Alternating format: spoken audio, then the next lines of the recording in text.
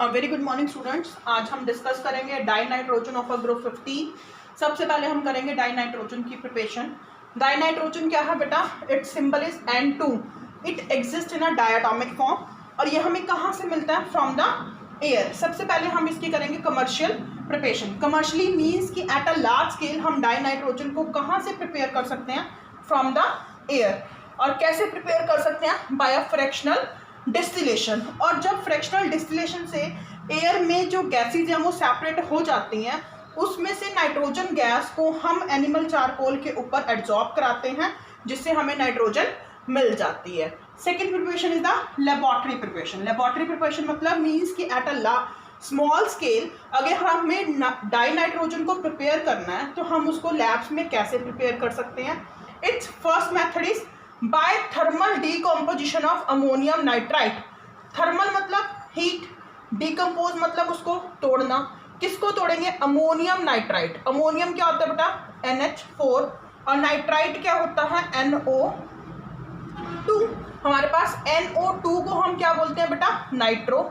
जब हम ONO यानी कि जब अमोनियम O के साथ जुड़ेगा तो it is called a nitrite. दोनों पर ही -1 चार्ज होता है। तो पहले ammonium chloride, NH4 is the ammonium, Cl is the chloride. Ammonium chloride sodium nitrite के साथ रिएक्ट करेगा तो ये डबल डिस्प्लेसमेंट रिएक्शन करेंगे। डबल डिस्प्लेसमेंट रिएक्शन मीन्स कि दे एक्सचेंज द आयंस। Cl की जगह NO आ जाएगा और NO2 की जगह क्या आ जाएगा? Cl।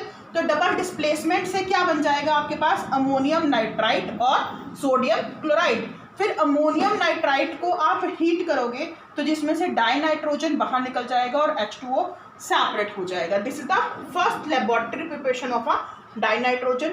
सेकेंड, हम डाइनाइट्रोजन को और लैब में कैसे प्रिपेयर कर सकते हैं? By ammonium dichromate. अब डाइक्रोमेट, आपने पोटेशियम डाइक्रोमेट का फॉर्मूला आता है आपको K2Cr2O7। तो पोटेशियम की जगह हटाकर अगर हम अमोनियम लगा दें, अमोनियम का फॉर्मूला क्या है? NH4 तो क्या बन जाएगा? NH4 2 times then Cr2O7। सिर्फ हमने क्या करा? K को हटा के क्या लगा दिया बेटा? NH4 लगा दिया। तो ये क्या बन जाएगा? Ammonium dichromate. तो अमोनियम डाइक्रोमेट को जब हम हीट करते हैं तो N2 gas, water and chromium oxide बाहर एलिमिनेट हो जाता है। तो हम डाइनाइट्रोजन को लैब्स में with the help of ammonium dichromate भी प्रिपेयर कर सकते हैं। Third one is a thermal decomposition of a sodium azide. Azide का मतलब क्या होता है बेटा? जब हम N को 3 की फॉर्म में लेते हैं तो Na लगा दिया तो it is a NaN3। This is a sodium azide. जब हम इसको हीट करते हैं एट 573 केल्विन पर तो सोडियम मेटल सेपरेट हो जाती है और नाइट्रोजन अलग निकल जाता है। तो these are the method of preparation of dinitrogen. How we can prepare the dinitrogen commercially in a laboratory.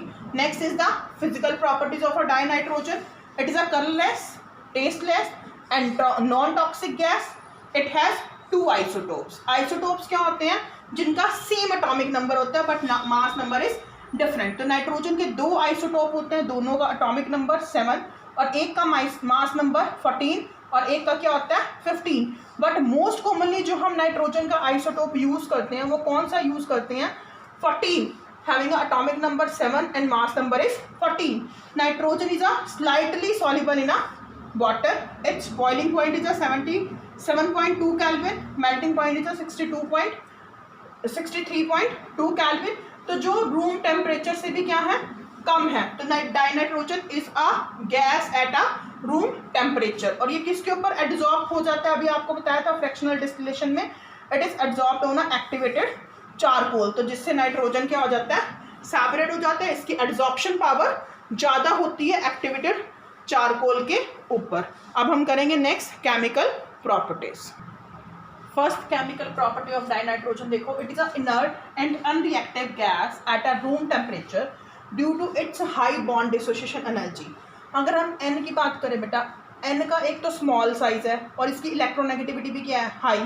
एक N दूसरे N के साथ जुड़ के मल्टीपल बॉन्ड बनाता है, तो जिसकी वजह से इन बॉन्ड को तोड़ने के लिए हमें हाई एनर्जी चाहिए होती है। तो हाई बॉन्ड डिसोसिएशन एनर्जी है जो मिल पाना बहुत ही मुश्किल है, जिसकी वजह से डाइनाइट्रोजन इनर्ट और अनरिएक्टिव है, ये किसी के साथ भी रिएक्ट नहीं करता। Second chemical properties, the action of active metals.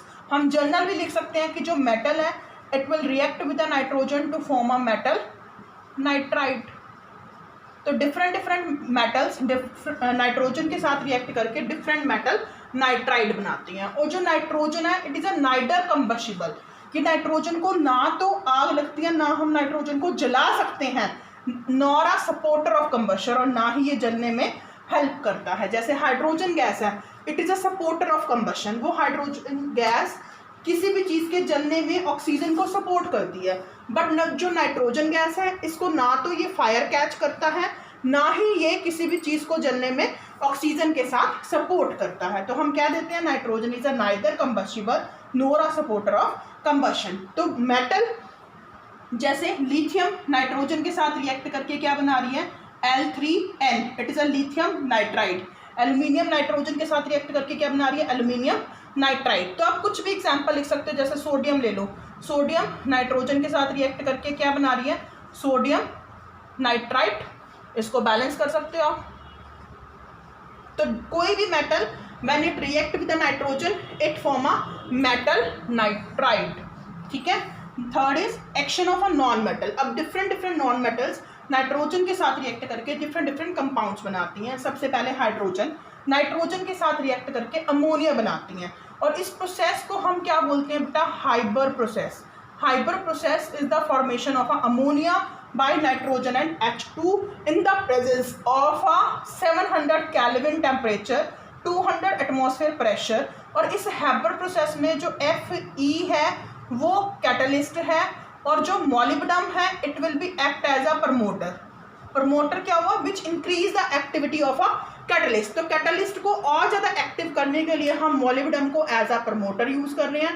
Temperature is 700 Kelvin and pressure is 200 atmosphere। Nitrogen react with a hydrogen at these conditions it form a ammonia and this process is called a Haber process। ये याद रखना बेटा, ये बहुत important है। Next N2 nitrogen oxygen के साथ react करती है 2273 to 3273 केल्विन टेम्परेचर पे, तो it form a nitric oxide. Next fourth chemical property देखो, एक्शन ऑफ एल्यूमिना। अगर एल्यूमिना की बात करें तो एल्यूमिना का क्या फॉर्मूला होता है, Al2O3 in the presence of a Coke. Coke क्या है, कार्बन। तो जब एल्यूमिना कार्बन के साथ रिएक्ट करता है, हम ये केमिकल प्रॉपर्टीज कर रहे हैं, तो नाइट्रोजन भी जरूर रिएक्ट करेगी at a temperature of 1273 kelvin. तो क्या बन जाएगा, एल्यूमिना में एल्यूमिनियम मेटल है, तो ये नाइट्रोजन के साथ रिएक्ट करके क्या बना देगी, एल्यूमिनियम नाइट्राइड। और क्या रह गया, कार्बन एंड ऑक्सीजन। ये कैसे बाहर निकल जाएंगे, as a carbon monoxide. Next last chemical property is the action of a calcium carbide. Calcium carbide क्या है, CaC2, it is a calcium carbide. When it will react with a nitrogen it will form a CaCN2। CaCN2 को क्या बोलेंगे, calcium cyanamide. क्या बोलेंगे बेटा, calcium cyanamide plus carbon. तो calcium cyanamide plus carbon जो ये कंपाउंड बना है, इस कंपाउंड को हम नाइट्रोलिम बोलते हैं इकट्ठा। और ये नाइट्रोलिम कैसे यूज करते हैं इसको, as a fertiliser. These are the chemical properties. उसके बाद यूज देखो नाइट्रोजन के, नाइट्रोजन को हम यूज करते हैं for the manufacturing of a nitric acid, nitric oxide. जैसे आपने देखा यहाँ पे नाइट्रिक ऑक्साइड बन रहा है, अमोनिया बन रहा है, मेटल के नाइट्राइड बन रहे हैं, कैल्शियम साइनामाइड बन रहा है। तो हम नाइट्रोजन को यूज कर सकते हैं for the manufacturing of a different number of a chemical compound. और नाइट्रोजन को हम कहाँ पर यूज करते हैं, इन अ इलेक्ट्रिक बल्ब। इलेक्ट्रिक बल्ब में क्यों यूज करते हैं, ताकि जो ये रेट ऑफ वोलेटाइजेशन है, rate of volatilization of tungsten filament, आपको पता है बल्ब में टंगस्टन फिलामेंट यूज करते हैं, उसके इवेपोरेट के रेट को कम कर देता है। क्यों, क्योंकि नाइट्रोजन इनर्ट और अनरिएक्टेबल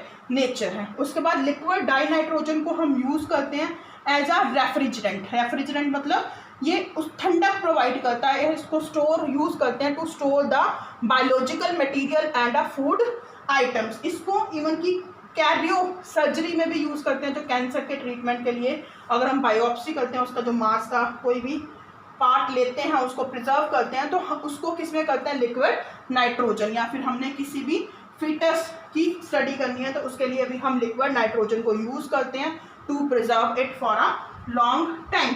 इसके अलावा और भी बहुत यूज़ है, हम डाई नाइट्रोजन को यूज़ कर सकते हैं थर्मामीटर में हाई टेम्परेचर मेजर करने के लिए, और डाई नाइट्रोजन का इनर्ट नेचर होने की वजह से हम उसको आयरन और स्टील इंडस्ट्रीज में भी यूज़ कर सकते हैं। इनके साथ आप एक दो पॉइंट और ऐड कर लोगे।